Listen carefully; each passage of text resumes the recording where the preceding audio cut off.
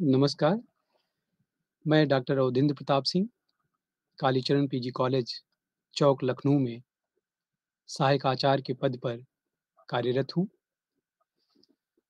प्रिय विद्यार्थियों, आज बीएचडीसी 131 के अनिवार्य पाठ्यक्रम को यहाँ पर चर्चा करने के लिए मैं उपस्थित हुआ हूँ। बीए कार्यक्रम का अनिवार्य पाठ्यक्रम हिंदी साहित्य का इतिहास है। हिंदी साहित्य का इतिहास जैसा कि नाम से ही बहुत बृहद है और ये पूरा पाठ्यक्रम आप लोगों के अ, कार्यक्रम में ये 17 इकाइयों में व्यवस्थित है। तो मैं आज की इस परिचर्चा में, इस व्याख्यान में प्रयास ये करूँगा कि ये 4 खंडों में आपका ये पूरा पाठ्यक्रम व्यवस्थित है। उनका एक सामान्य परिचय देंगे और उसके बाद खंड 1 के अंतर्गत जो इकाइयाँ हैं, आज के व्याख्यान का मुख्य विषय खंड 1 की इकाइयों के अंतर्गत समेटने का प्रयत्न करेंगे। हिंदी साहित्य का इतिहास, ये पूरा बीए प्रथम वर्ष का पाठ्यक्रम है आपका। जैसा कि आप लोग जानते हैं कि साहित्य का जो इतिहास है, वो बहुत बृहद है और साहित्य देश-काल के भीतर जो जनता की स्थितियाँ हैं, आशा, निराशा, आकांक्षा और उनके व्यवहार का यथावत चित्रण करता है। यह एक तरह का समानांतर और सांस्कृतिक ऐतिहासिक दस्तावेज है।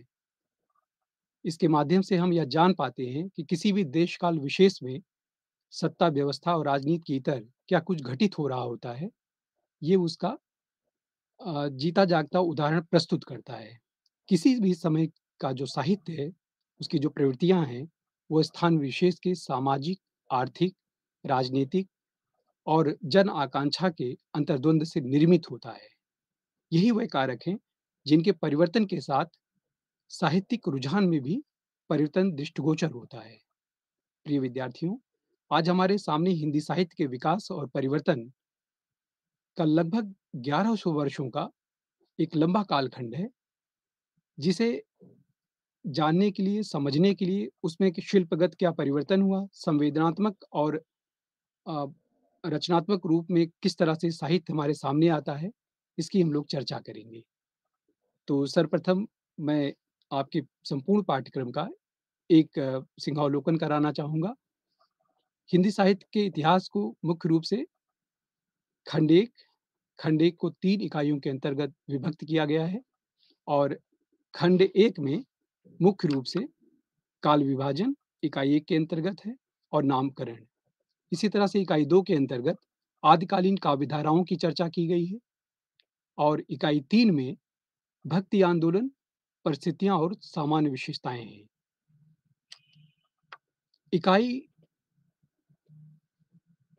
3 इकाइयों के अंतर्गत हिंदी साहित्य का आरंभ और विकास को समेटा गया है। इसी प्रकार खंड 2 में भी 4 इकाइयों के अंतर्गत इस भक्तिकालीन काव्यधारा को व्यवस्थित किया गया है। इसमें इकाई 1 के अंतर्गत संध काव्यधारा है, इकाई 2 के अंतर्गत सूफी काव्यधारा और इकाई 3 के अंतर्गत कृष्ण काव्यधारा और इसी तरह से इकाई 4 के अंतर्गत राम भक्ति काव्यधारा है। इन मुख्य रूप से 4 बिंदुओं के अंतर्गत भक्तिकालीन काव्यधारा का वर्णन किया गया है। इसी तरह से खंड 3 में रीति काव्य और आधुनिक साहित्य का आविर्भाव के विषय में बताया गया है। इसमें इकाई 8 रीति काव्य, परिस्थितियाँ और उनकी जो प्रवृत्तियाँ थीं, उस पर प्रकाश डाला गया है। इकाई 9 में रीति काव्य के जो प्रमुख कवि हुए हैं, उन पर विचार किया गया है और इकाई 10 और 11 में भारतीय युगीन साहित्य के विषय में बताया गया है। साथ ही साथ द्विवेदी युगीन साहित्य की जो प्रवृत्तियाँ हैं, द्विवेदी युगीन साहित्य का जो प्रदेय अवदान है, उनके विषय में वर्णन किया गया है। खंड 4 में आधुनिक हिंदी गद्य साहित्य का उल्लेख किया गया है। इसमें कुल 6 इकाइयाँ हैं, जिनमें इकाई 12 के अंतर्गत हिंदी कहानी का विकास 1 और अगली इकाई में हिंदी कहानी का विकास 2 का वर्णन किया गया है। इसी प्रकार इकाई 14 और 15 में उपन्यास का विकास 1 और हिंदी उपन्यास का विकास 2 के विषय में जानकारी प्राप्त होती है। इसी तरह से इकाई 18, स 17 और 16 में हिंदी नाटक का विकास और हिंदी निबंध का विकास के विषय में विस्तार से बताया गया है। इस तरह से जो बीएचडी, बीएचडीसी 131 कोड का पाठ्यक्रम है, उसे कुल 17 इकाइयों में व्यवस्थित किया गया है और इन 17 इकाइयों को 4 खंडों में बाँटा गया है।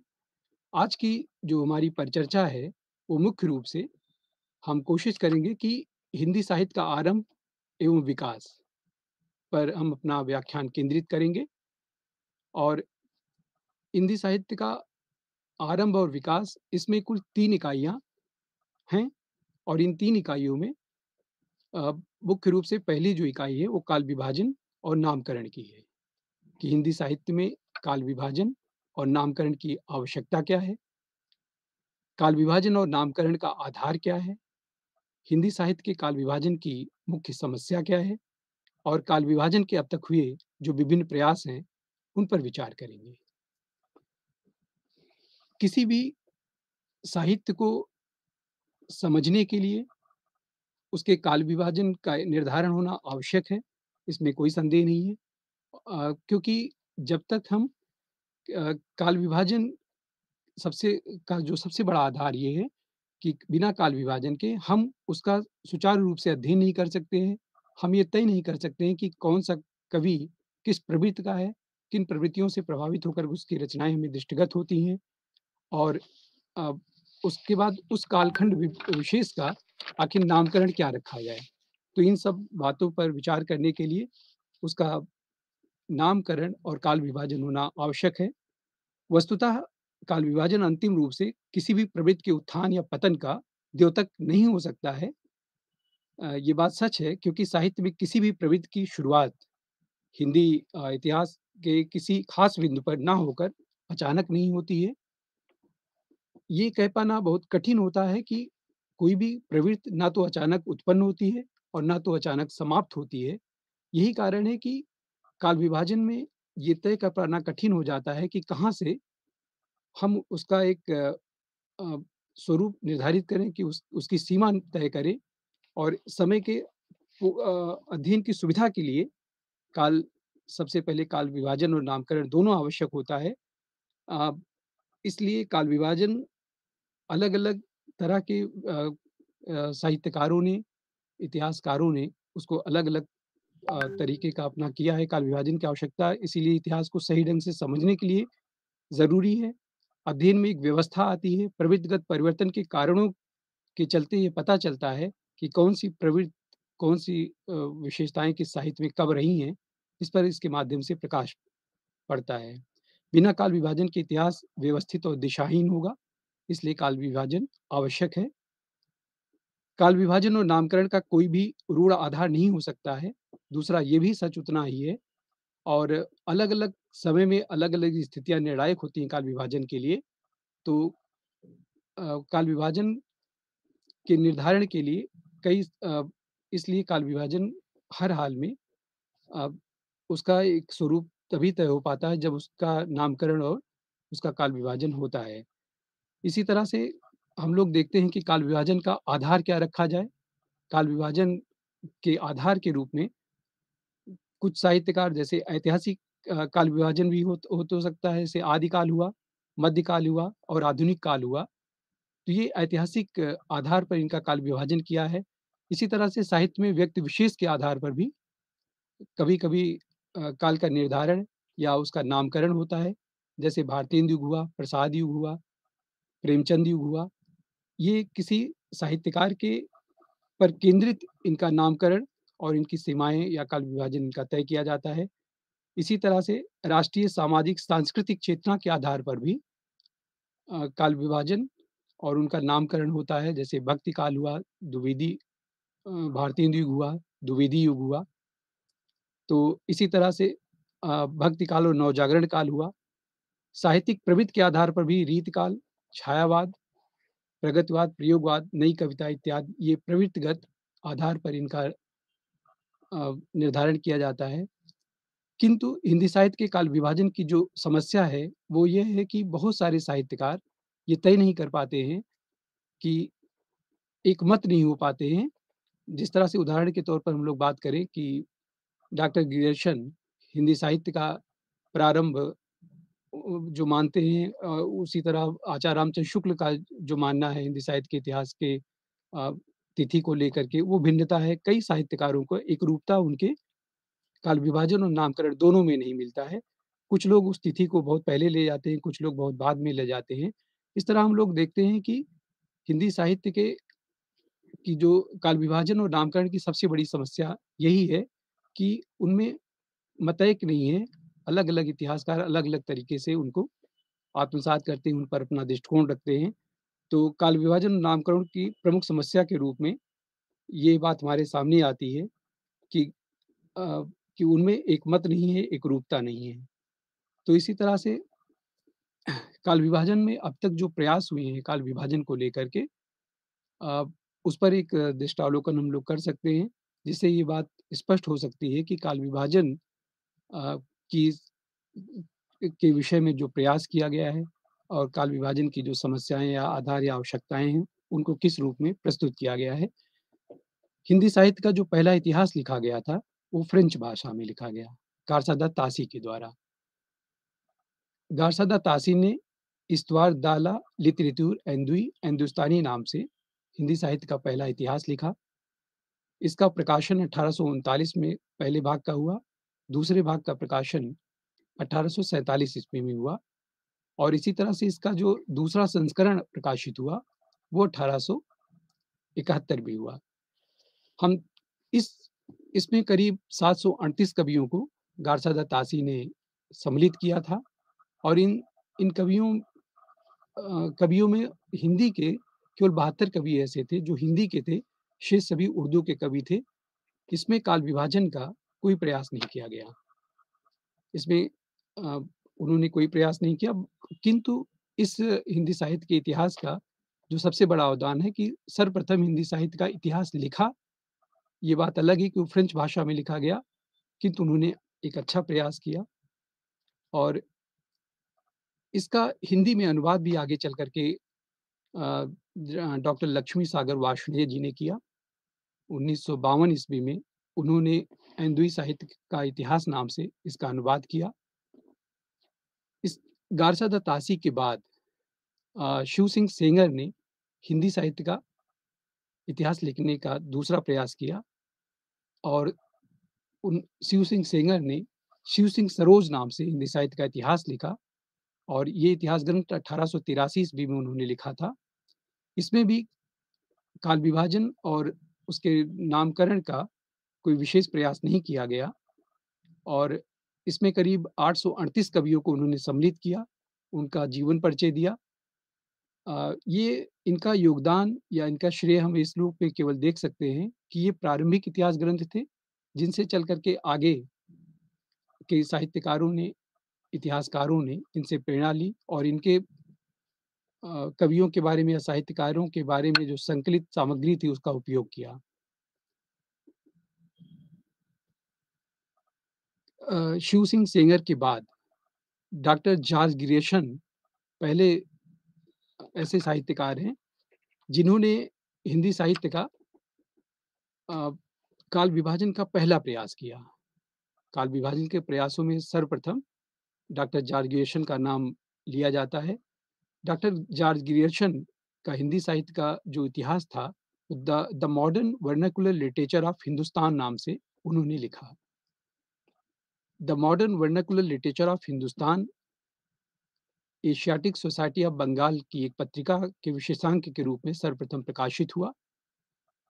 इसमें उन्होंने हिंदी साहित्य का काल विभाजन करने का प्रयास किया और ये प्रयास निम्नवत रूप में हमारे सामने आता है। उन्होंने सर्वप्रथम जो हिंदी साहित्य का आदि काल है, उसका नाम उन्होंने चारण काल दिया। तो 700 से लेकर के 1300 ईस्वी तक उन्होंने चारण काल की संज्ञा दी। इसी तरह से 15वीं शती का जो धार्मिक पुनर्जागरण था, एक नामकरण उन्होंने रखा और तीसरा उन्होंने जायसी की प्रेम कविता शीर्षक दिया। चौथा नामकरण उन्होंने ब्रज का कृष्ण संप्रदाय, 5वां मुगल दरबार, इसी क्रम में तुलसीदास, रीत काव्य, तुलसीदास के अन्य परिवर्ती कवि और 9वें शीर्षक के रूप में उन्होंने 18वीं शताब्दी एक अलग से शीर्षक दिया। फिर कंपनी के शासन में हिंदुस्तान और अंतिम जो उनका विभाजन था वो महारानी विक्टोरिया के शासनकाल में हिंदुस्तान। तो इस तरह से हम लोग देखते हैं कि काल विभाजन का जो पहला प्रयास किया, वो डॉक्टर जॉर्ज ग्रियर्सन ने किया और उन्होंने कम से कम साहित्य को अ, एक सही दिशा देने का प्रयास किया, उसको व्यवस्थित तरीके से हमारे सामने लाने का प्रयास किया और किंतु इसमें भी बहुत सारी खामियाँ थीं। इनका जो सबसे बड़ा श्रेय है, वो हम इसे मान सकते हैं कि ये उन्होंने काल विभाजन का पहला प्रयास किया, किंतु ये वैज्ञानिक तरीका हमारे वो के रूप वैज्ञानिक और सुव्यवस्थित इतिहास ग्रंथ के रूप में हमारे सामने नहीं आ पाता है। इसकी जो सबसे बड़ी खामी है इनके इतिहास ग्रंथ में, वो मुख्य रूप से कि इसमें उन्होंने प्रवृत्तिगत काल विभाजन किया। उन्होंने और कालों के नामकरण में डॉक्टर गिरियर्सन की एकरूपता नहीं मिलती है, जो इसमें असंगति होने का सबसे बड़ा प्रमाण है और कवियों एवं लेखकों का जो कालक्रम है, वो कालक्रमानुसार वर्गीकरण उन्होंने किया है और उनकी मूल प्रवृत्तियों को बहुत हद तक वो स्पष्ट नहीं कर पाए हैं कि किस कवि की कौन-सी मूल प्रवृत्ति थी, किस कवि ने किस रूप में साहित्य की सर्जना की, इसे वो स्पष्ट करने में बहुत सफल नहीं रहे हैं। इसी तरह से विभिन्न युगों की जो काव्य प्रवृत्तियाँ थीं, उनकी व्याख्या वो ज़रूर करते हैं, लेकिन उस वो उतनी स्पष्टता और सार्थकता के साथ नहीं करने में सफल हो पाते हैं। इसी तरह से सांस्कृतिक परिस्थितियों और प्रेरणा स्रोत का उद्घाटन उनके इस काल विभाजन में दिखाई देता है। आरंभिक कार्य को सर्वप्रथम ग्रियर्सन ने ही चारण काल कहा। ये उनका एक बहुत बड़ा योगदान है। हिंदी साहित्य के काल विभाजन के अंतर्गत उन्होंने ये बात रखी और इसी तरह से चारण काल के अंतर्गत उन्होंने 9 कवियों का उल्लेख किया है हिंदी साहित्य में, जिनमें केदार हैं, कुमारपाल, पुष्य कवि, खुमार सिंह, अन्यदास, चंद, जागनिक, जोधराज और शारंगधर। इन 9 कवियों का उन्होंने चारण काल के अंतर्गत चारण काल के कवियों के रूप में उल्लेख किया है।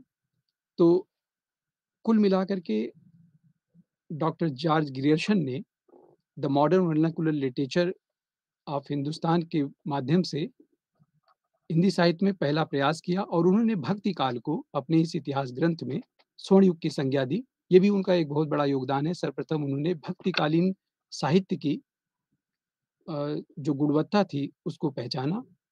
तो इस तरह से डॉक्टर जॉर्ज ग्रियर्सन का एक बहुत बड़ा योगदान इस रूप में हमारे सामने आता है। इसी तरह से हम लोग डॉक्टर जॉर्ज ग्रियर्सन के बाद अगर इतिहास के लेखन के माध्यम से काल विभाजन और काल के नामकरण की बात करें तो मिश्र बंधुओं का नाम आता है। मिश्र बंधुओं से प्रिय विद्यार्थियों आशय है गणेश बिहारी मिश्र, सुखदेव बिहारी मिश्र और श्याम बिहारी मिश्र, ये तीनों सगे भाई थे और इन मिश्र बंधुओं ने संयुक्त रूप से मिश्रबंध विनोद नामक इतिहास ग्रंथ लिखा था। मिश्रबंध विनोद कुल 4 भागों में प्रकाशित है। इसका जो प्रथम 3 भाग था वो अ, 1913 में प्रकाशित हुआ था और अंतिम जो एक भाग था वो 34 में प्रकाशित हुआ था।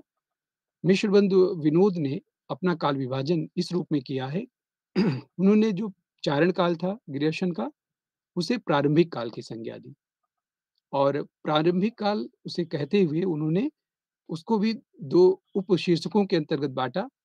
पहले उन्होंने पूर्व प्रारंभिक काल कहा, जो संवत 700 से 1343 ईस्वी तक के अंतर्गत रखा और दूसरा उन्होंने उत्तर आरंभिक काल कहा, जिसे 1344 से 1444 तक का समय निर्धारित किया।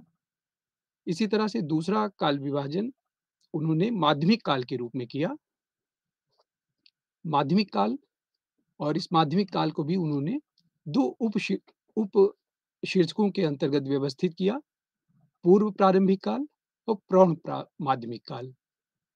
पूर्व प्रारंभिक काल के अंतर्गत उन्होंने उसकी समय सीमा 1445 से 1560 तक संवत तक निर्धारित की और प्रौढ़ माध्यमिक काल को उन्होंने 1561 संवत से 1660 विक्रम संवत तक रखा। तीसरा काल विभाजन उनका था अलंकृत काल और इसको भी उन्होंने विश्व बंधुओं ने पूर्व अलंकृत काल कहा और उत्तर अलंकृत काल कहा। पूर्व अलंकृत काल 1681 से लेकर के 1700 संवत तक उन्होंने पूर्व अलंकृत काल माना और उत्तर अलंकृत काल को उन्होंने 1791 से 1889 तक रखा। इसी तरह उनका जो चौथा काल विभाजन था वो परिवर्तन काल के रूप में किया। परिवर्तन काल की जो समय सीमा विश्व बंधुओं ने निर्धारित की वो 1890 से 1924 विक्रम संवत तक तय किया और अंतिम काल विभाजन का शीर्षक उनका था वर्तमान काल और वर्तमान काल को उन्होंने संवत 1936 से वर्तमान तक माना।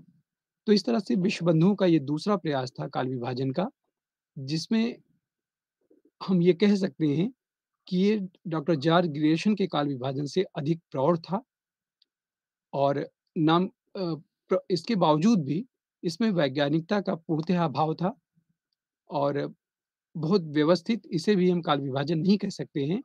किंतु प्रारंभिक रूप में अगर दोनों इतिहासकारों के काल विभाजन और नामकरण पर प्रकाश डालें, तो निश्चित रूप से सराहनीय और प्रशंसनीय कार्य इन दोनों साहित्यकारों का रहा है। इसी तरह मिश्र बंधु के बाद जो सर्वाधिक व्यवस्थित काल विभाजन और नामकरण का स्वरूप हमारे सामने आता है, वो आचार्य रामचंद्र शुक्ल जी का आता है। आचार्य रामचंद्र शुक्ल के अनुसार काल विभाजन और नामकरण उन्होंने अ अ, आदिकाल और वीरगाथा काल, रीत काल और गद्य काल या आधुनिक काल के रूप में किया। आचार्य रामचंद्र शुक्ल का जो हिंदी साहित्य का इतिहास था, उसमें उन्होंने नामकरण और काल विभाजन का एक व्यवस्थित प्रयास किया, बहुत वैज्ञानिक आधार पर प्रयास किया और वो इतना व्यवस्थित और सराहनीय प्रयास था कि ज़्यादातर आगे के इतिहासकारों ने उन्हीं का अनुकरण किया। आचार्य रामचंद्र शुक्ल का जो हिंदी साहित्य का इतिहास था, वो सन 1929 ईस्वी में सर्वप्रथम प्रकाशित हुआ, हिंदी साहित्य का विकास के शीर्षक के रूप में। काशी नागरी प्रचारिणी सभा अ, में हिंदी शब्द सागर प्रकाशित हो रहा था, उसकी भूमिका के रूप में उन्होंने जो हिंदी साहित्य का इतिहास लिखा था, वही आगे चल कर के परिवर्धित और परिष्कृत कर कर के उन्होंने प्रकाशित किया। तो सन 1929 में हिंदी शब्द सागर की भूमिका के रूप में उनका ये जो हिंदी साहित्य का इतिहास था, उसमें उन्होंने नामकरण और काल विभाजन दोनों का बहुत ही व्यवस्थित और उम्दा प्रयास किया अ, और जिसे चल कर के आगे के सारे साहित्यकारों ने माना।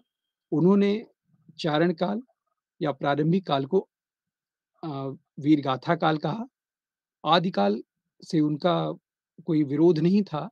अंततः उन्होंने आदिकाल को ही सर्वसम्मत से अपनी स्वीकृति दी, लेकिन एक नया नाम उन्होंने वीरगाथा काल कहा। इसी तरह से पूर्व मध्य काल को आचार्य रामचंद्र शुक्ल ने भक्ति काल नाम दिया और अ, उत्तर मध्य काल को उन्होंने रीत काल कहा और आधुनिक काल को गद्य काल की संज्ञा दी। इसकी समय सीमा भी उन्होंने निर्धारित की।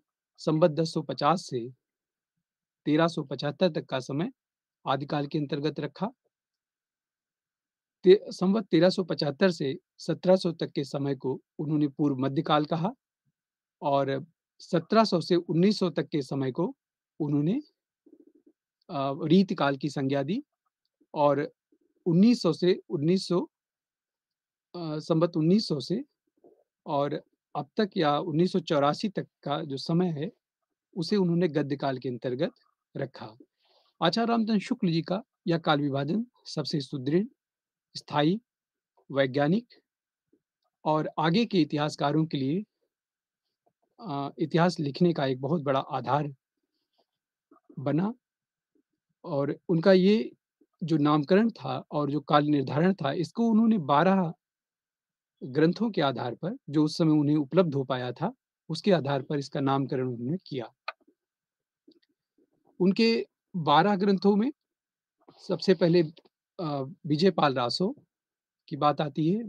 विजयपाल रासो, जिसे नल्ल सिंह ने लिखा था, हमीर रासो, सारंगधर का और खुमार रासो, पृथ्वीराज रासो, परमाल रासो और विद्यापति की 3 कृतियाँ कीर्तलता, कीर्तपताका, पदावली और इसी तरह से खुसरो की पहेलियाँ, जय जयचंद प्रकाश भट्ट केदार की रचना है और जयमेघ जसचंद्रिका मधुकर की। तो इन ग्रंथों के आधार पर उन्होंने हिंदी साहित्य के काल विभाजन का अ, प्रयास किया और सबसे पहले उन्होंने पहले काल को इसी आधार पे वीरगाथा काल कहा। तो वीरगाथा काल का जो नामकरण था वो इन्हीं 12 ग्रंथों के आधार पर आचार्य रामचंद्र शुक्ल ने किया था। तो आचार्य रामचंद्र शुक्ल के काल विभाजन के बाद हिंदी में एक एक नई परंपरा की शुरुआत हुई और आगे के ज़्यादातर साहित्यकारों ने इतिहास लेखन में उनका अनुकरण किया। डॉक्टर बच्चन जी यहाँ तक कहते हैं कि आचार्य रामचंद्र शुक्ल को छोड़कर या सिर्फ़ उन्हीं के अनुकरण पर इतिहास लिखना संभव नहीं है। यानी कि उनको छोड़ कर के भी इतिहास नहीं लिखा जा सकता है और पूरी तरह से उन्हीं का अनुसरण करते हुए भी लिखना उतना उपयुक्त नहीं है। तो इसमें कोई संदेह नहीं है कि काल विभाजन और नामकरण के रूप में हिंदी साहित्य का जो स्वरूप आचार्य रामचंद्र शुक्ल ने निर्धारित किया, वो बहुत वैज्ञानिक और हर तरह से अ, सटीक है। इसी तरह से डॉक्टर रामकुमार वर्मा ने भी काल विभाजन और उसकी समय सीमा निर्धारित करने की कोशिश की।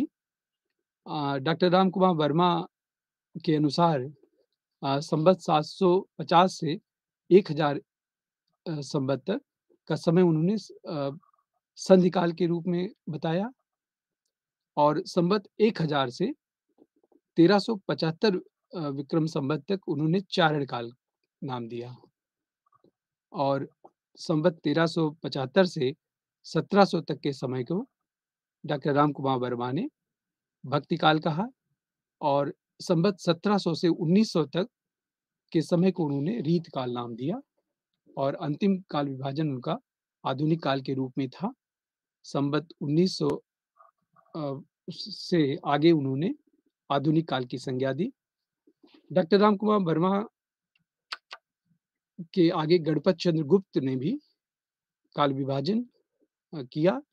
डॉक्टर गणपत चंद्र गुप्त के अनुसार सन 1184 से लेकर 1350 तक आदिकाल और पूर्व मध्यकाल, उत्तर मध्यकाल और आधुनिक काल, ये 4 नामकरण डॉक्टर गणपत चंद्र गुप्त ने दिया और समय के रूप में उन्होंने अ, आधुनिक काल को सन 1857 से अब तक के अंतर्गत रखा और उत्तर मध्यकाल को 1600 से 1857 ईस्वी के मध्य रखा और सन 1350 से 1600 तक के समय को उन्होंने पूर्व मध्यकाल के अंतर्गत व्यवस्थित किया। गणपत चंद्र गुप्त के काल विभाजन के बाद जो और व्यवस्थित तरीके से हमारे सामने काल विभाजन का स्वरूप आता है, वो डॉक्टर नगेंद्र द्वारा जो संपादित ग्रंथ है हिंदी साहित्य का इतिहास, उसके अंतर्गत किया गया। डॉक्टर नगेंद्र ने आदिकाल को 7वीं शती के मध्य से 14वीं शती के मध्य तक माना और भक्ति काल को उन्होंने 14वीं शती के मध्य से 17वीं शती के मध्य तक निर्धारित किया। इसी तरह से रीत काल को उन्होंने 17वीं शती के मध्य से 19वीं शती के मध्य तक बताया और आधुनिक काल को उन्होंने 19वीं शती के मध्य से अब तक के बीच में रखा। तो उसके बाद आधुनिक काल के बाद उन्होंने पुनर्जागरण काल या भारतीय युग, जिसे 1857 से 1900 तक के बीच में रखा। फिर उसके आगे वो जो जागरण सुधार काल की संज्ञा देते हैं, या द्विवेदी युग, जिसे 1900 से 1918 के मध्य माना गया। और फिर छायावाद को उन्होंने सन 1918 से 1938 ईस्वी के मध्य रखा। छायावादोत्तर काल में प्रगत प्रयोग काल को 1938 से लेकर के 1953 ईस्वी तक डॉक्टर नगेंद्र द्वारा संपादित हिंदी साहित्य के इतिहास ग्रंथ में रखा गया है, और उसके आगे के कालखंड को वो नवलेखन काल की संज्ञा देकर समाप्त करते हैं। तो इस तरह से डॉक्टर नगेंद्र द्वारा संपादित हिंदी साहित्य के इतिहास ग्रंथ में काल विभाजन का जो स्वरूप निकल कर सामने आता है, उसमें कहीं न कहीं जो पूर्ववर्ती इतिहासकार हैं, उनके आधार पर बहुत कुछ उनसे सीखते हुए, उनका अनुसरण करते हुए, इन्होंने हिंदी साहित्य के इतिहास में काल विभाजन और नामकरण की व्यवस्था देने का प्रयास किया। इसी तरह से डॉक्टर बच्चन सिंह ने भी काल विभाजन अपनी हिंदी साहित्य के दूसरे इतिहास में किया है। उनका इतिहास ग्रंथ है हिंदी साहित्य का दूसरा इतिहास। उसमें उन्होंने काल विभाजन का जो पहला काल विभाजन किया, वो अपभ्रंश काल के रूप में किया, फिर भक्ति काल के रूप में, रीत काल और आधुनिक काल के रूप में किया। भक्ति काल को उन्होंने सन 1400 से 1650 ईस्वी तक माना है, और रीत काल को 1650 ईस्वी से 1857 ईस्वी तक माना है। इसी तरह से आधुनिक काल को उन्होंने सन 1857 ईस्वी से लेकर के अब तक के समय को इसके अंतर्गत रखा है, डॉक्टर बच्चन सिंह के द्वारा। तो इस तरह से जो काल विभाजन का अ प्रकारांतर से एक जो प्रयास हमारे सामने आता है, उसमें हम देखते हैं कि इन सारे इतिहास ग्रंथों में आचार्य रामचंद्र शुक्ल के बाद जो इतिहास ग्रंथ लिखे गए, कहीं न कहीं उनसे प्रेरित होकर के और उनके इतिहास ग्रंथ को ध्यान में रख कर के अन्य इतिहासकारों ने रखा। तो ये तो हिंदी साहित्य के इतिहास के काल विभाजन का स्वरूप था, और इसी तरह से आदिकाल के जो नामकरण को लेकर के, या हिंदी साहित्य के अ, चारों कालखंडों में किस कालखंड का क्या नाम नाम रखना उपयुक्त होगा, इस पर अन्यान्य साहित्यकारों ने विचार किया है। हम देखते हैं कि सबसे ज़्यादा जो विवादित कालखंड रहा है, या सबसे ज़्यादा जिस खंड के नामकरण को लेकर के साहित्यकारों के मध्य अत्यधिक भेद रहा है, वो आदिकाल है। आदिकाल चूँकि हिंदी साहित्य का प्रारंभिक काल था, और हिंदी साहित्य के 1100 वर्षों की इस विशाल अ, समय समय को एक जगह समेटना और फिर उसको व्यवस्थित करके अलग-अलग काल विभाजनों में या नामकरणों में रखना एक चुनौती भरा कार्य था। इस संदर्भ में आदिकाल के नामकरण को लेकर के विद्वानों के बीच में बहुत मतभेद रहा है। सबसे पहले आदिकाल की ही अगर बात करें, तो आदिकाल को डॉक्टर जॉर्ज ग्रेशम ने अपनी हिंदी साहित्य का जो उन्होंने the modern vernacular literature of Hindustan इतिहास ग्रंथ लिखा था, उसमें उन्होंने चारण काल कहा था।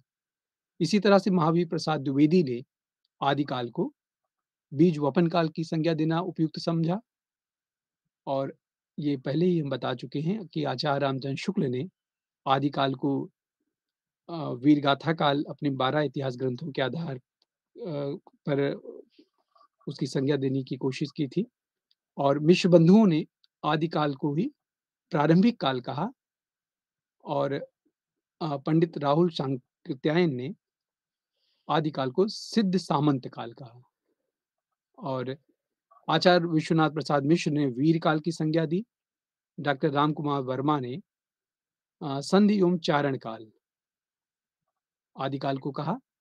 अ, आचार्य हजारी प्रसाद द्विवेदी आदिकाल को आदिकाल कहने का सर्वप्रथम श्रेय उनको ही जाता है।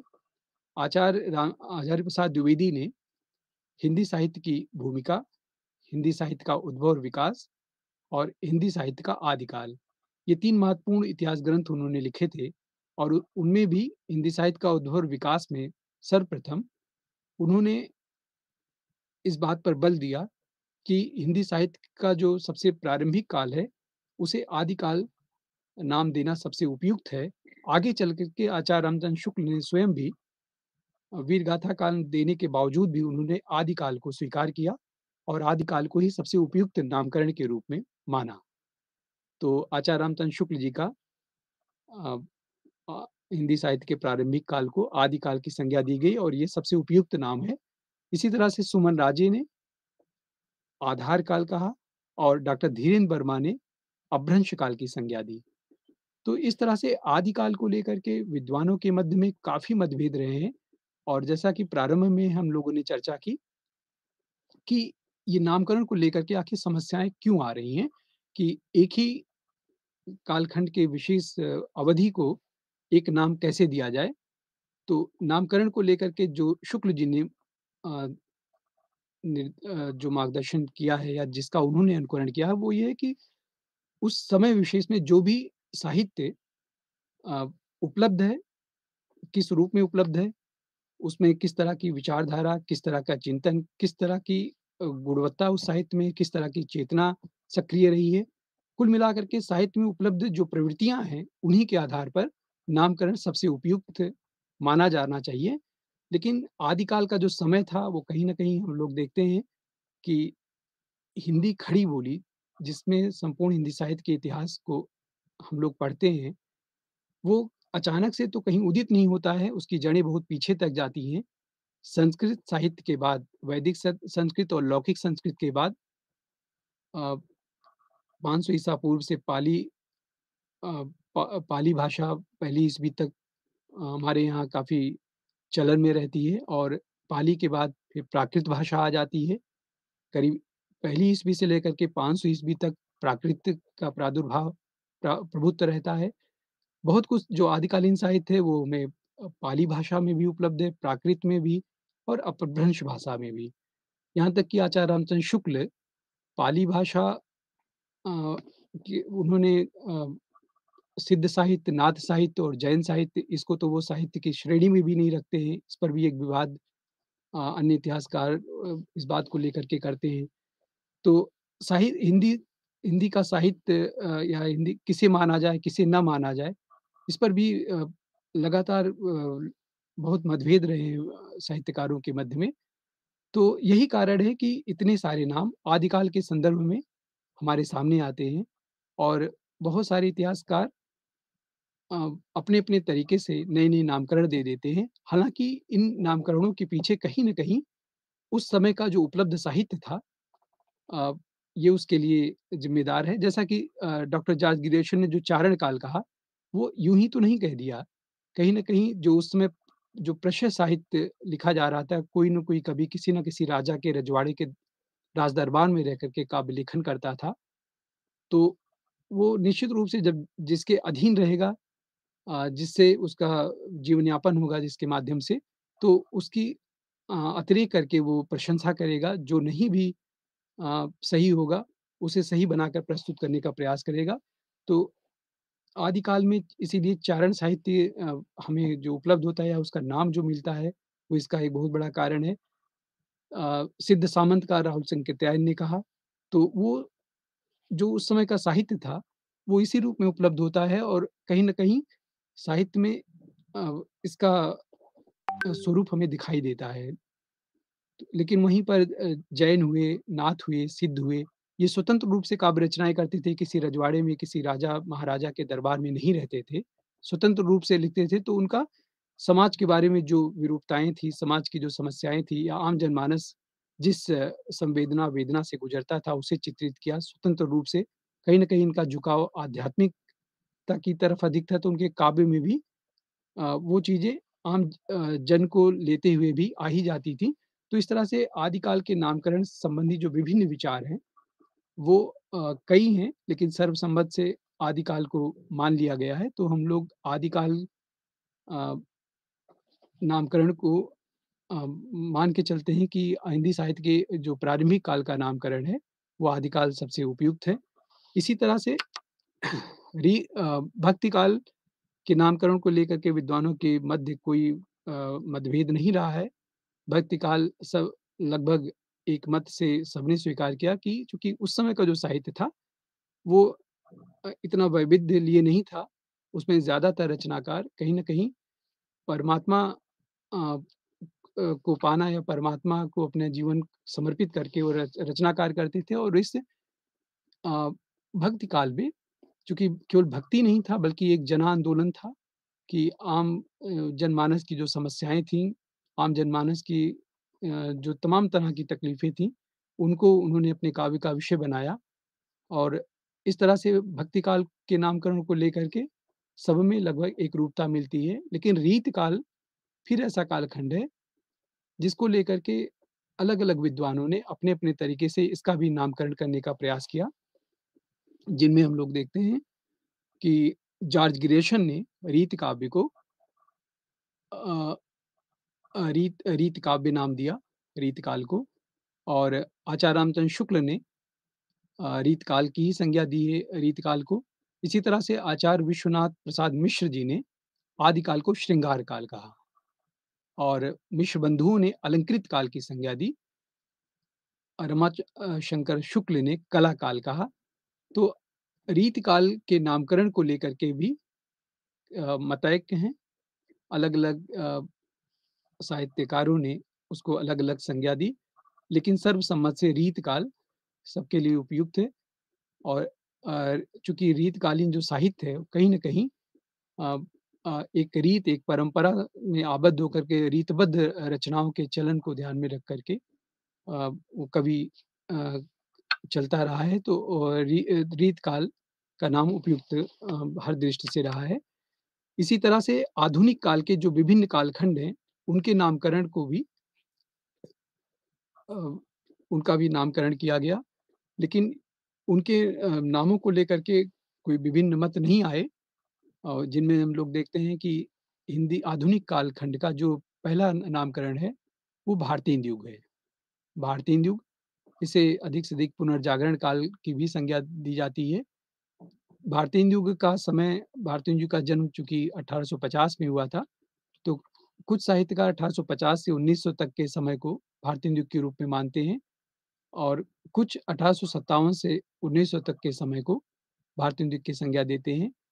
तो इस तरह से भारतीय युग और भारतीय युग के बाद द्विवेदी युग, जिसे जागरण सुधार काल भी कहते हैं और द्विवेदी युग की जो समय सीमा है, वो सन 1900 से 1918 ईस्वी तक द्विवेदी युग रहा है, जिसमें 1903 में सरस्वती पत्रिका के माध्यम से जिस तरह से महावीर प्रसाद द्विवेदी जी ने साहित्य को एक नई दिशा दी, साहित्य कारों को, रचनाकारों को, कवियों को स्वयं उनकी रचनाओं का परिष्करण करके और साहित्य को काफ़ी उन्नतशील बनाया। उनके इस योगदान को देखते हुए ही दूसरे कालखंड आधुनिक काल के द्विवेदी युग उन्हीं के नाम पर पड़ा और भारतीय युग भी भारतीय जी के नाम से पड़ा।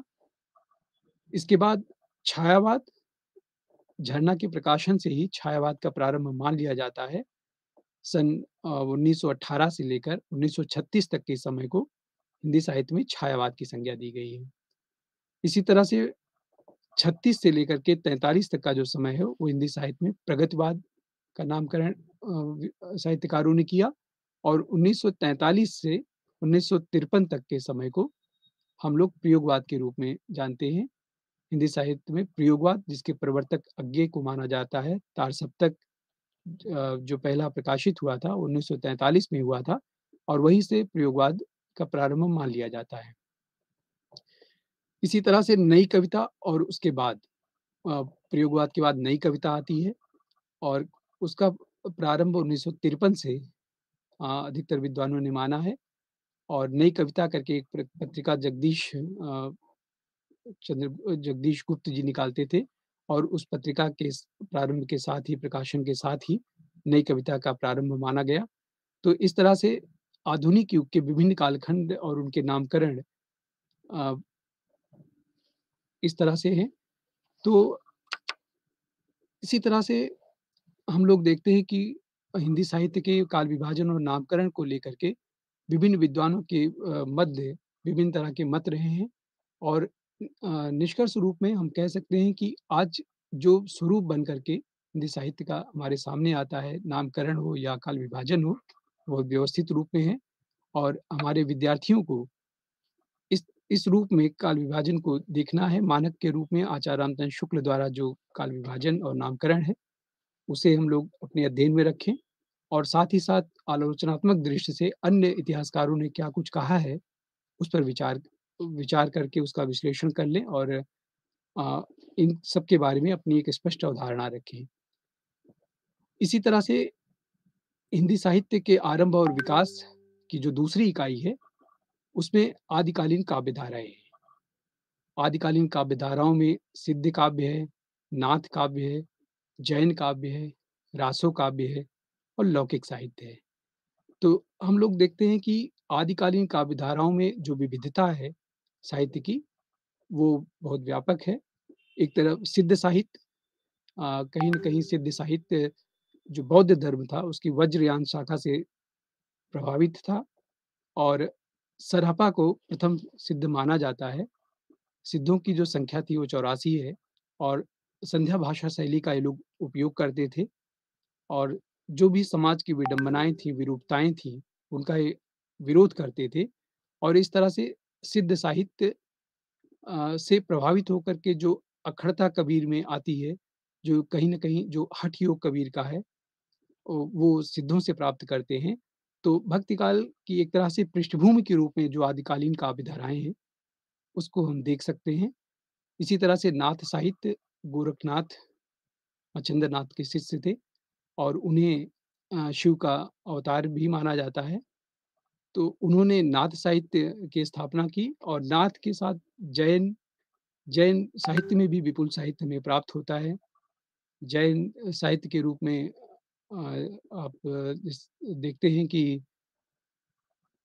अ, जो पहुँचरियु है, जिसे रामायण की कथा का ही उसमें अंश निहित है और स्वयंभू इसके बहुत बड़े कवि हैं अपभ्रंश भाषा के और इसी तरह से रासो काव्य का जो साहित्य है वो तो बहुत विपुल है, जिसमें सर्वप्रथम जो हिंदी साहित्य का महाकाव्य हमारे सामने आता है, वो रासो काव्य के अंतर्गत ही है। पृथ्वीराज रासो चंद्रवरदाई ने जिसकी रचना की थी और हिंदी साहित्य का इसे प्रथम महाकाव्य माना जाता है। तो रासो काव्य के अंतर्गत ही आदिकाल के अंतर्गत ही जहाँ एक तरफ अमीर खुसरो खड़ी बोली में काव्य रचना कर रहे होते हैं और खड़ी बोली के अमीर खुसरो पहले कवि भी बनते हैं, उनका वास्तविक नाम अबुल हसन था और अ अ, उन्होंने पहेलियाँ लिखी और अ, खालिक बारी उनकी विशिष्ट रचना है, गज़लें हैं, 2 सुखने हैं, तो इस तरह से उनकी जो उपलब्ध रचनाएँ हैं, उनके माध्यम से खड़ी बोली में गज़ल लिखना या कविता लिखना, इसका प्रारंभ, इसका जो श्रेय है, वो अमीर खुसरो को जाता है और इसी तरह से ढोला मारू रादुहा करके जो लौकिक साहित्य भी हमें अ, समृद्धशाली रूप में आदिकाल में प्राप्त होता है। तो आदिकालीन काव्य धाराओं में सिद्ध सिद्ध काव्य, नाथ काव्य, जैन और रासो लौकिक साहित्य इत्यादि के रूप में काव्य की विविध धाराएँ उस समय सक्रिय रहती हैं।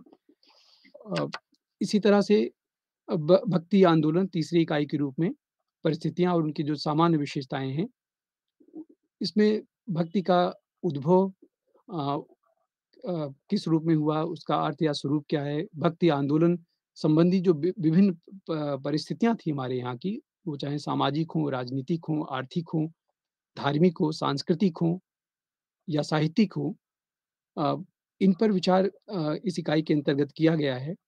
भक्ति काव्य की जो प्रमुख विशेषताएँ रही हैं, उनमें ईश्वर के प्रति उत्कट प्रेम की भावना हमें दृष्टिगत होती है। जितने भी भक्तिकालीन कवि हैं, उनकी कविताओं में ईश्वर के प्रति अटूट आस्था है और ये आस्था उनकी हर रचना में दृष्टिगत होती है।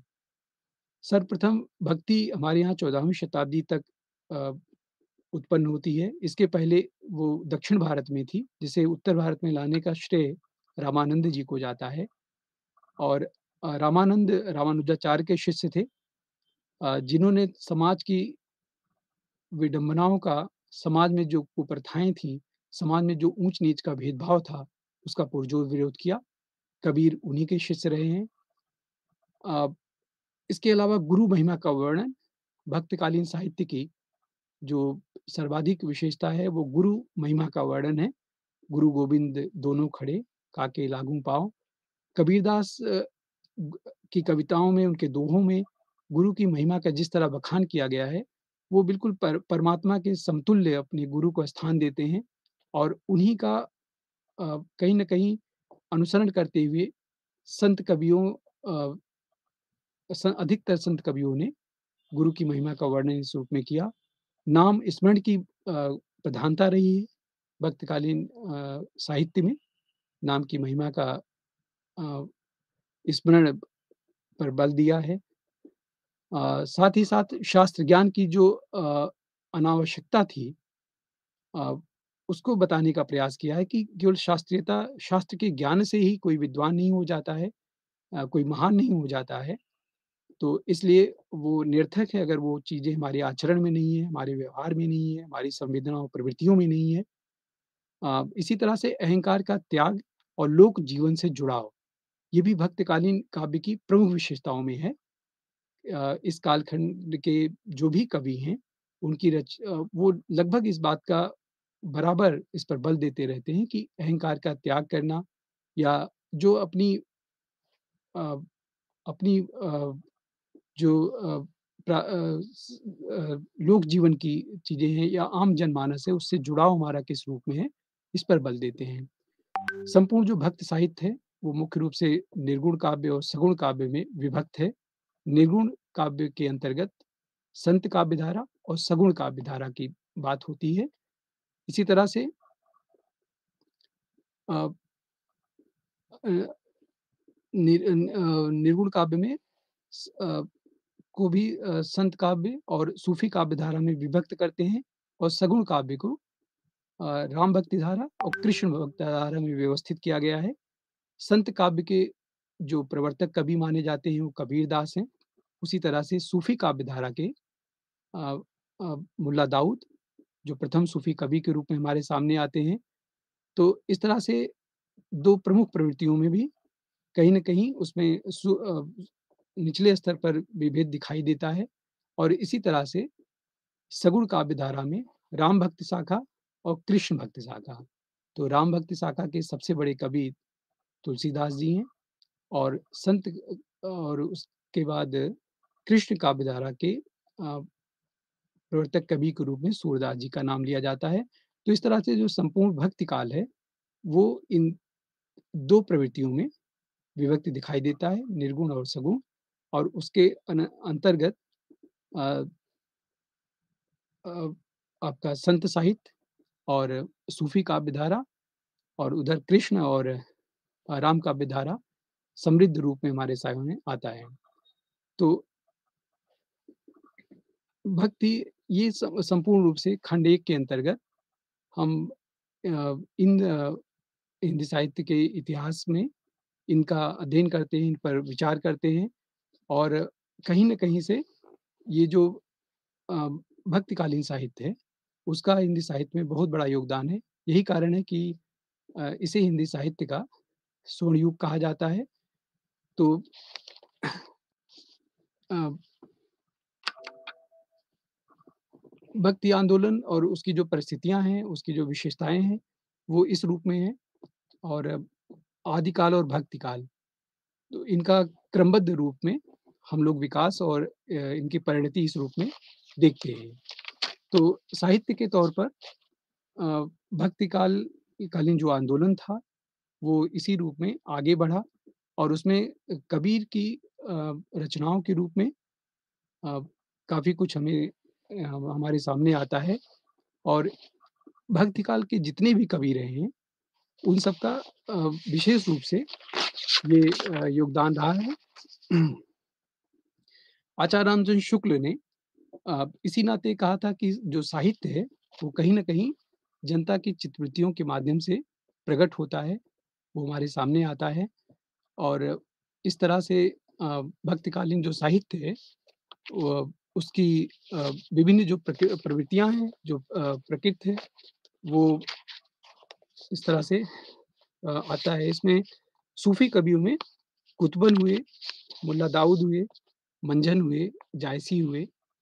अ, इनमें चंदायन महाकाव्य जो सूफ़ी काव्य का प्रथम महाकाव्य माना जाता है और मन मला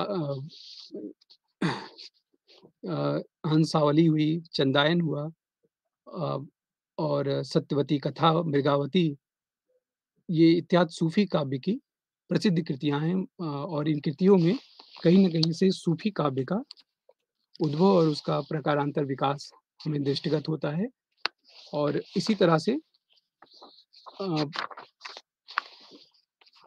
कबीर की रचनाओं में कबीरदास लगातार गुरु की महिमा का वर्णन करते हैं, ईश्वर के प्रति अपनी आस्था को प्रकट करते हैं और इस तरह से कबीर अ, की कृतियों में कहीं न कहीं से गुरु ग्रंथ साहब में उनकी रचनाएँ संकलित हैं और उसमें उन्होंने इसका उल्लेख किया है।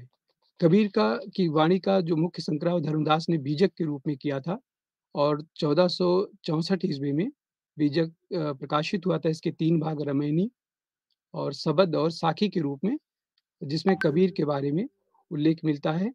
रामायणी से उनका अभिप्राय था रामायण से और सबद का शाब्दिक अर्थ शब्द है और साखी साक्षी के रूप में उन्होंने व्यक्त किया है।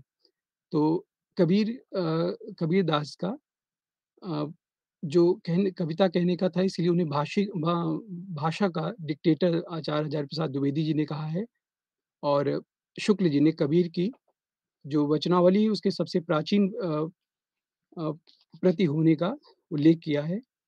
बाबू श्याम सुंदर दास ने उनकी भाषा को पंचमेल खिचड़ी कहा है और रामचंद्र शुक्ल ने वही उन्हें सदुक्कड़ी भाषा की संज्ञा दी है और हज़ारी प्रसाद द्विवेदी जी ने उन्हें अ, भाषा का डिक्टेटर कहा ही था।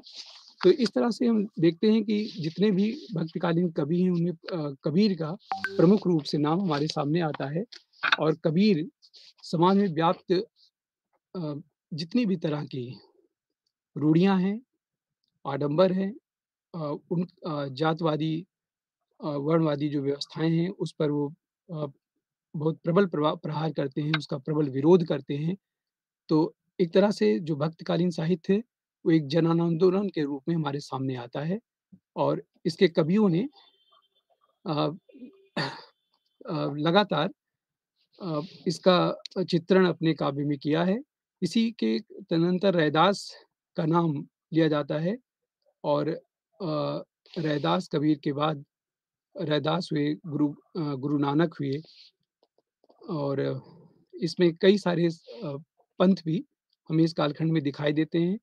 जैसे कबीर पंथ हुआ, सिख हुआ, उदासी उदासी पंथ हुआ या बाबा लाल जी, बावरी, सत्यनामी इत्यादि जो पंथ भी चले, तो संपूर्ण रूप से जो भक्तिकालीन साहित्य है, वो हमें इस रूप में दिखाई देता है। कहने का आशय यह है कि खंड 1 के अंतर्गत अ, हमने देखा कि एक तरफ आदिकालीन साहित्य है जो 1050 से प्रारंभ होकर के 1375 तक के मध्य चलता है और इसमें अ, आपके परमाल रासो हुए, चंद बरदाई हुए